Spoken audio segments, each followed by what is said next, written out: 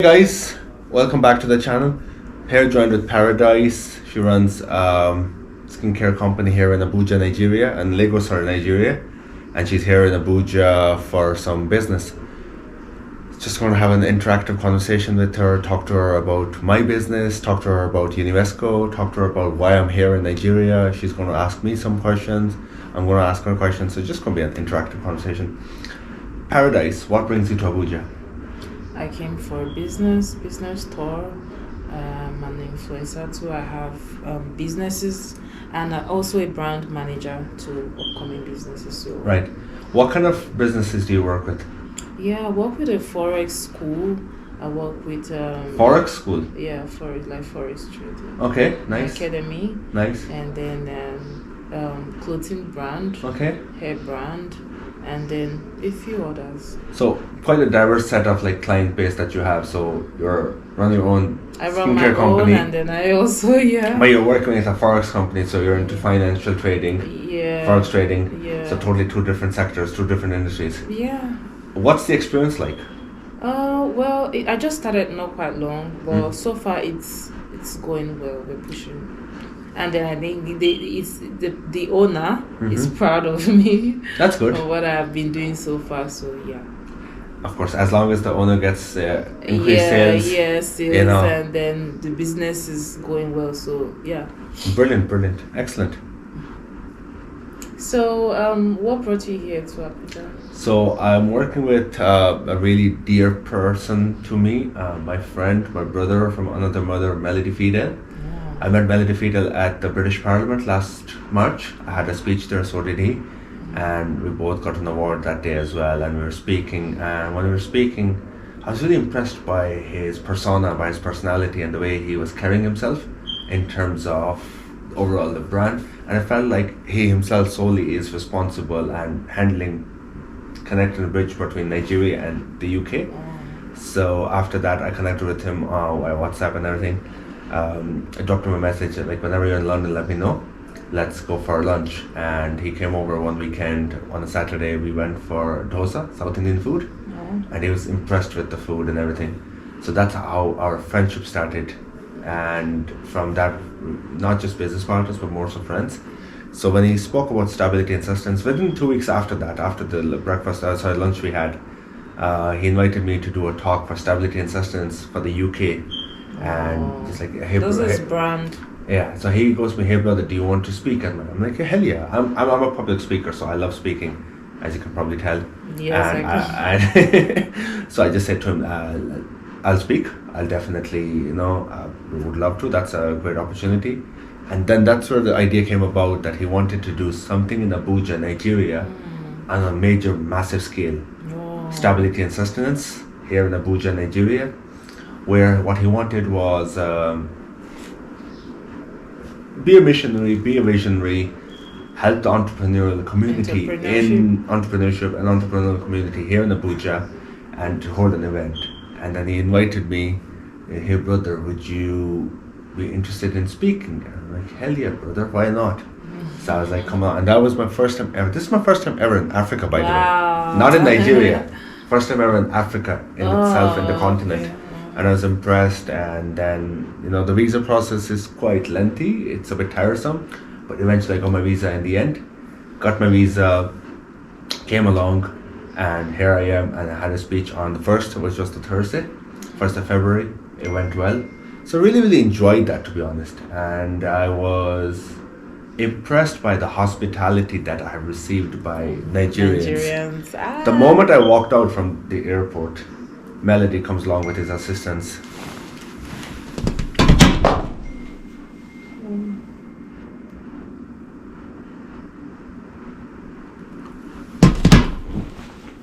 Yeah, this is my friend. Melody came along with his assistant, and then the overall process, how he brought an army personnel, he brought a really nice escort, he brought collected me.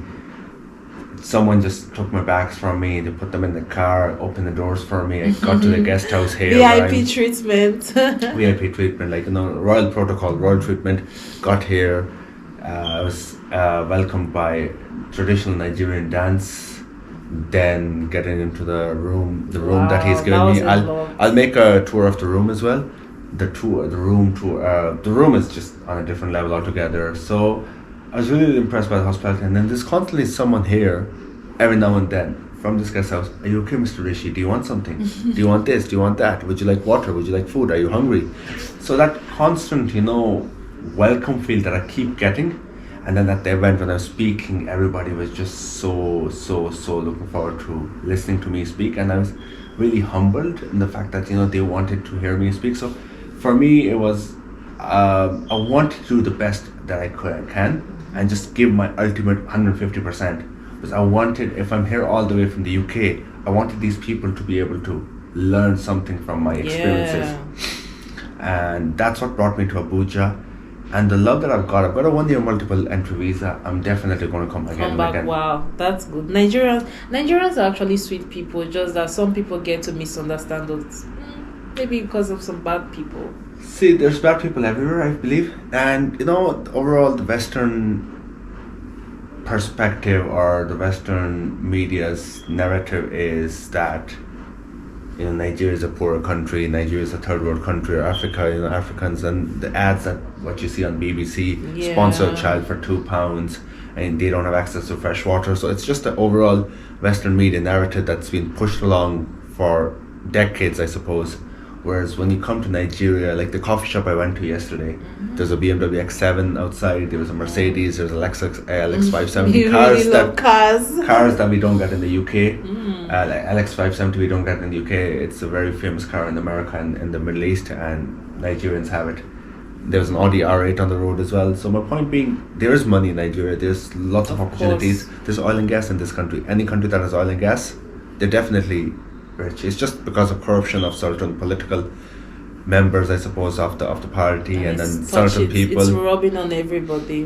But other than that, the welcome nature of the country, the hospitality that I've received so far, it's on a different level. I've never received that kind of hospitality. I've been quite a bit. I've been abroad quite a bit. I've been traveling for a while, and I'm just super impressed. And then what's the beauty of this country is an entrepreneurial community. Everybody's so hardworking and dedicated and committed to their work.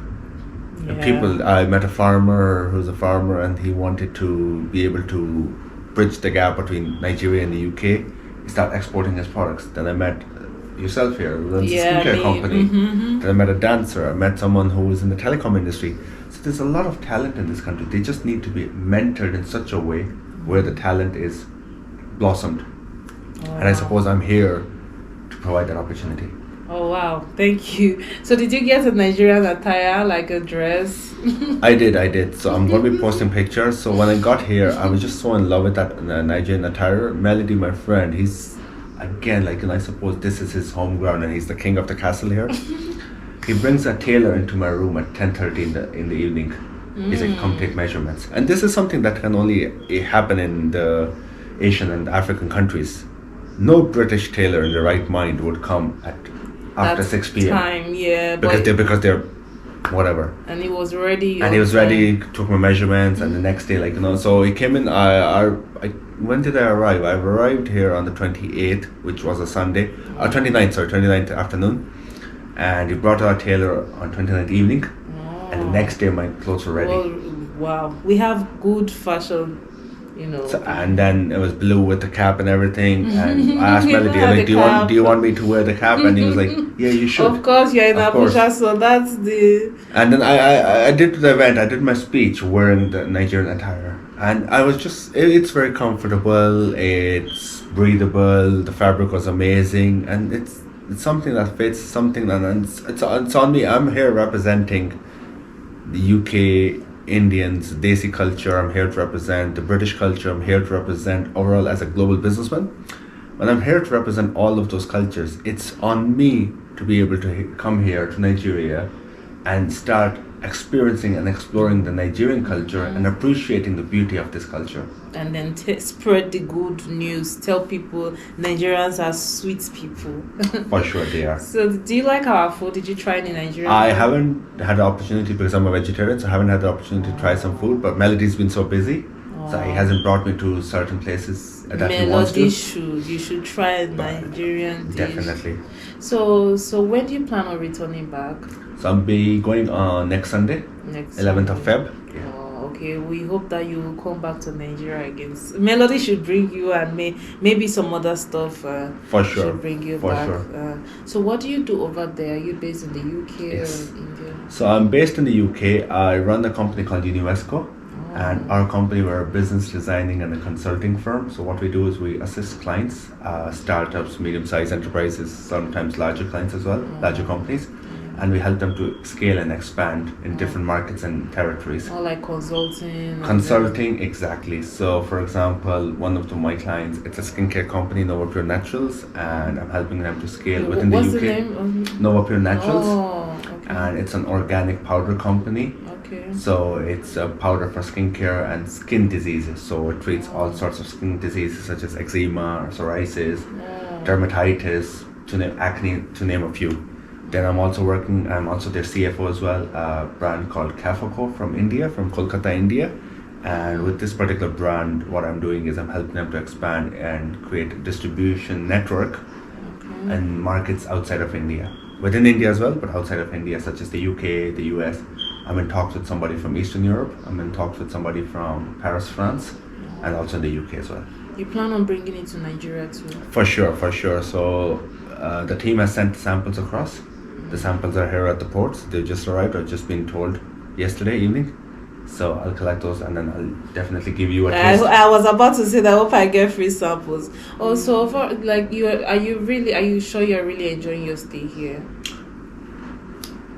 You are? Big time.